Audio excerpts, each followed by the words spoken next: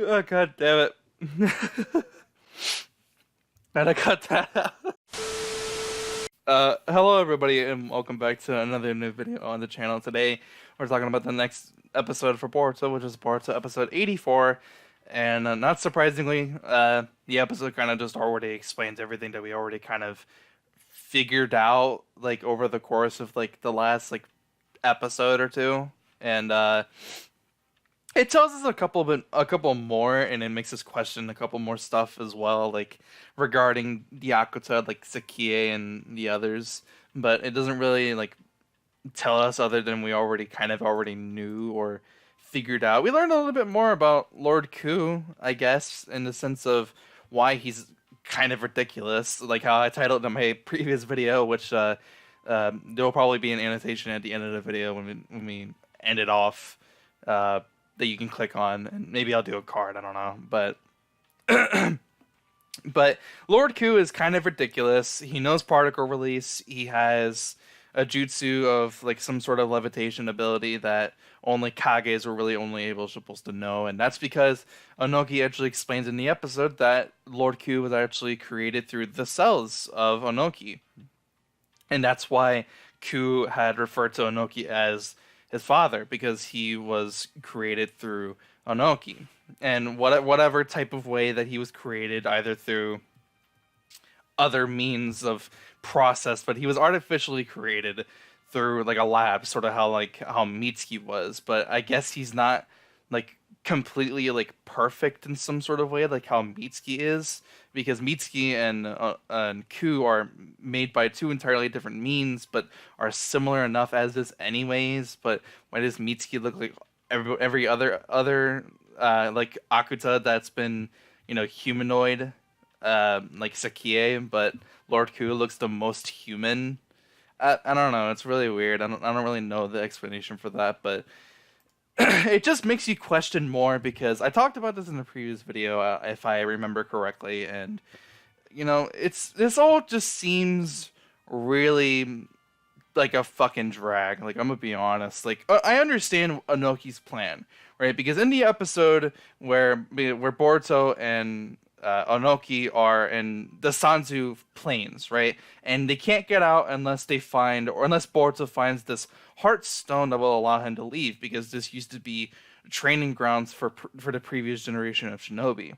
But now we're in a day and age where the generation of shinobi are a lot more lazy, they're a lot more weak, and some of them aren't even wanting to become ninja in the first place. And that was the whole means of why Onoki was creating the Akuta and, you know, the humanoid version ones like Sakie and Lord Ku, so that way those people can take the place of what the younger generation was supposed to be, of the age of shinobi. But the thing is, though, is he's trying to control them. Onoki's basically trying to control the Akuta and Ku and the others the same way like he's able to do with like any other Akuta, like Akun, the one that follows the Inogen kind of all over the place, right?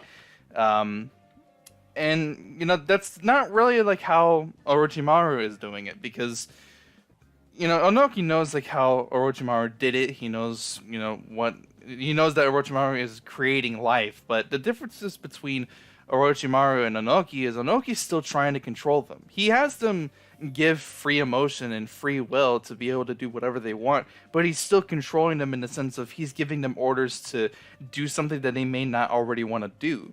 Like Sakie and the others, you know, they're interested in the human life forms, but they don't really like them whatsoever. They honestly hate them, to the point where some of them have, you know, they know that rumors are going to be spreading around about the Tsuchikage and the Akuta kind of being all over the place, and the rumors are going to be out there, and some of them have, you know, have thought of the idea of killing off anyone who's talking about this, or who may have, you know, the idea of speaking out and giving people the idea that this is obviously happening within their village. But Ku tells them not to do it because it's not what Onoki wanted them to do. So Onoki's whole plan is to just basically just protect the new generation and not have them do anything. But with Orochimaru, the differences between them is Orochimaru created Mitsuki, but he created him so that way he's able to be this whole entire other person. He's allowing him to be who he wants to be. And the episode kind of talks about whether or not Mitsuki even has like a soul to begin with. And that's why he's questioning whether or not his true will of what he's doing throughout this whole course of the entire Boruto anime, if that's actually him who's doing what he wants to do. Whether or not that's actually just him implementing it into his cells, into his mind. He doesn't believe that's true. He doesn't believe that he really has a soul, and the episode questions it. And it's like, yeah, that makes sense. That makes sense that he's curious and wondering if that's even like a thing about him. But Onoki's basically just kind of treating Sakie and the others like they don't have souls, like they're not like human beings themselves, even though they don't have like a soul. Potentially, some of them don't believe that they have souls, because Q refers to himself as just an empty vessel. He believes that he doesn't have a soul, that he's just a being created through the cells or through the DNA of Onoki, and he has to do what Onoki wants to do, and that's basically it. But who's to say that because now these creatures and these beings have free will, that once they figured out, because they don't seem to know what Onoki has planned for them, so who's to say they're even gonna follow behind him and do what they want him to do? Let's say they figure out that they figure out Onoki's plan. What if they don't want to do it? They have their own free will. They have free thought. They can do whatever they want. So once they figure out what Onoki has planned for them, who's to say they're even going to do it in the first place? Meanwhile, Mitsuki kind of already had all the freedom to do whatever he wanted in the first place. Mitsuki chose to go to the Leaf Village. He chose to interact with Boruto. He chose to do this. He chose to do that. All of this is his free will in his own free thought. But who's to say that the same thing isn't going to happen in a similar fashion with Q and the other members of what's going on with them? Who's to say they're going to follow behind him once they figure out Onoki's plan? Maybe they're not even going to follow behind him. Maybe they're not even going to do this. They're not going to follow his orders if they don't agree with it, because they have their own free thought. So it's all just kind of all over the place. It all seems kind of just like a fucking drag, because yeah, it's very obvious in this episode as well, because Boruto, even after taking the tuning exams, doesn't even know the basic survival of what a shinobi should already know as either a genin or even a chunin. And Boruto's already pretty high up there of being a chunin, but he's still considered a genin because he didn't pass the tuning exams. Boruto's very strong, but he doesn't know the basic necessities of survival out in the wilderness.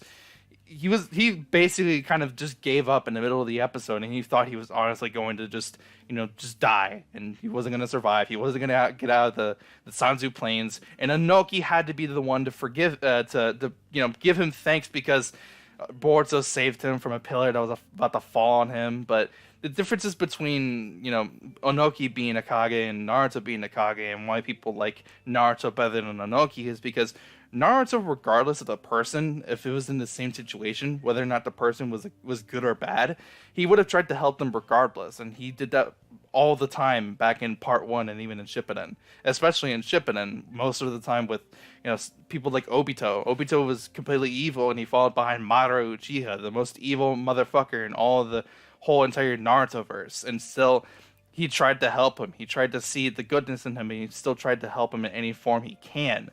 And that ended up paying off, and Obito ended up becoming good in the end. He did more good in the end than he did bad, even though he still did a lot of terrible things throughout his entire life, because Boruto saw the goodness in him. Onoki just, decides to be good out of his own heart, because Boruto kind of just, kind of held him out of the, dangerous situation that was about to happen to him. He saved him from a falling pillar. Wow, okay, that's fucking cool. So, just I don't know if the writers for this arc are gonna kill him off. I feel like they could kill Onoki off to kind of give him this redemption kind of point at the end of the series, or the end of the arc, not the end of the series, but the end of the arc. I feel like they can have Onoki kind of give this whole redemption kind of story. Like, he realized what he did was wrong, and he's trying to, what's the word I'm looking for?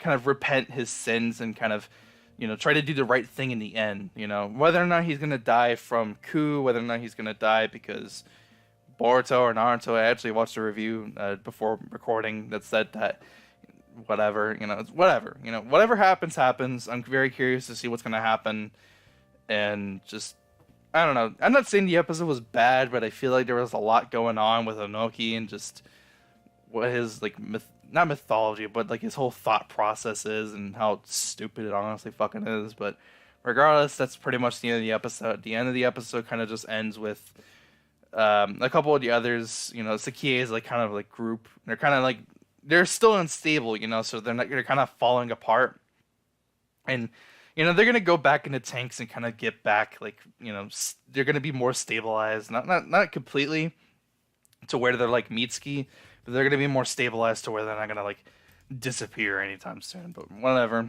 The episode kind of just ends there. The previews kind of show a couple of stuff is gonna happen. Konohamaru is about to show up. I don't know what they're gonna do with Konohamaru because he hasn't really done much besides see like the Yakuza what had left behind of the Leaf Shinobi and just whatever. I don't know what they're gonna do. I'm very curious. I'm gonna wait until next week to see what they have planned. But for now, I'm just gonna lay in my bed, watch Netflix, and I have another video I actually wanna make. It's gonna be very similar to the video that I made talking about the live action My Hero Academia movie that I talked about like a month ago. I want to say at this point. I don't know if it was about a month ago, but I probably was. It was a couple weeks ago. I'm not really sure. There will be a card on the screen if you want to go watch it. And yeah, that's pretty much it. If you did enjoy the video, be sure to leave a like. If you are new, subscribe for more videos just like this. I'll see you guys in the next one. Have a fantastic day. I'm out. Peace.